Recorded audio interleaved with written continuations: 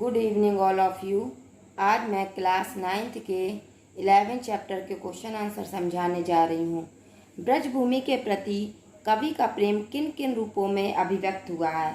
इसके पहले जैसा कि मैंने आपको अर्थ में अभी समझाया भी था कि कवि की इच्छा है, यानी कवि चाहता है कि यदि वह मनुष्य का जन्म पाए तो गोकुल का निवासी हो। अगर उसे भगवान मनुष्य का जन्म देता है, ईश्वर मनुष्य का जन्म बनाता है तो वो गोकुल में निवास करे।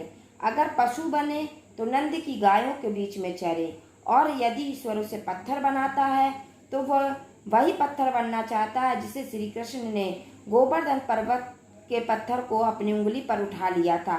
और यहाँ पे रसखान जी कहते हैं कि यदि ईश्वर उन्हें पक्षी का जन्म बनाता है तो उनकी यह अभिलाषा है कि यमुना के तट पर स्थित कदम्ब की डाल पर बसेरा करने की है, यानी कि अगर वो पक्षी बने तो यमुना के तट पर जो कदम का पेड़ लगा हुआ है उस पर वो निवास करना चाहते हैं, जिससे नीचे कृष्ण बंसी बजाया करते थे, जिसके नीचे श्री कृष्ण बंसी बजाया करते थे, उस कदम की पेड़ पर वो निवास करना चाहते हैं। इस प्रकार से वो अपनी इच्छाओं को व्यक्त करते हैं।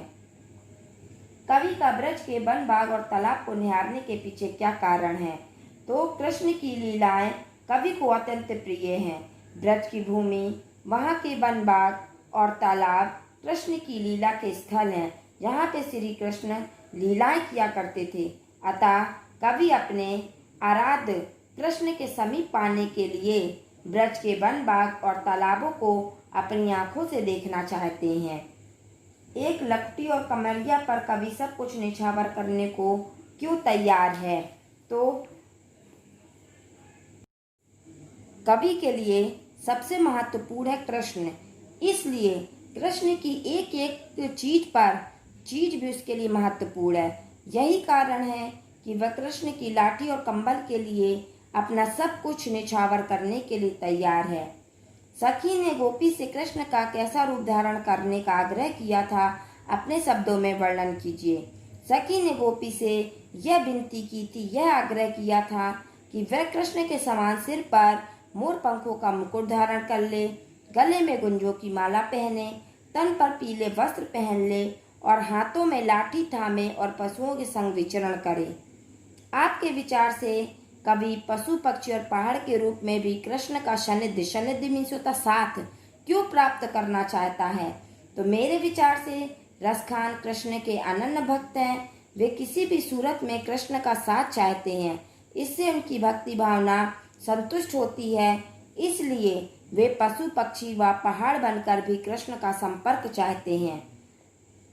चौथे सवैये के अनुसार गोपियां अपने आप को क्यों विवश पाती हैं? तो इस सवैये के अनुसार गोपियां कृष्ण की मुरली की मधुर तान तथा मनोहर मुस्कान के कारण अपने आप को विवश पाती हैं। वे अपना आपा खो बैठती हैं और कृष्ण के बस में हो जाती हैं। भाव स्पष्ट कीजिए। कोटे के कलघौत के धाम, करील के कुंजन ऊपर वारो। रसखान ब्रजभूमि से इतना प्रेम करते हैं कि वे वहाँ के कांटेदार करील के कुंजों के लिए करोड़ों महलों के सुखों को भी निछावर करने के लिए तैयार हैं।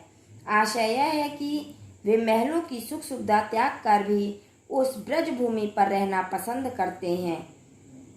माई रीवा मुक्की मुस्कानी सम्हारी ना जेहे ना जेहे ना जेहे। एक गोपी कृष्ण की मधुर मोहिनी मुस्कान पर इतनी मुग्ध है कि उससे कृष्ण की मोहकता झेली नहीं जाती। वह पूरी तरह उस पर समर्पित हो गई है, उस पर पूरी तरीके से निछावर हो गई है। कालंदी कूल कदम्ब की डारन में कौन सा अलंकार है? इसमें कामड़ की आवृत्ति बार बार हुई है, इसलिए यहाँ पर अनुप्रास अलंकार है। काव्य सौंदर्य स्पष्ट कीजिए। या मुरली मुरलीधर की अधरान धरी अधरा न धरूंगी। यहाँ श्री कृष्ण के प्रति गोपियों के अनन्य प्रेम के साथ उनकी मुरली के प्रति ईर्ष्या भाव प्रकट किया है। अधरान धरी अधरा न धरूंगी में यमक अलंकार है। पहले अधरान का अर्थ है होंठों पर रखी हुई और दूसरे का अर्थ है होंठों पर नहीं है। भाषा में मधुर गुण संपन्न है।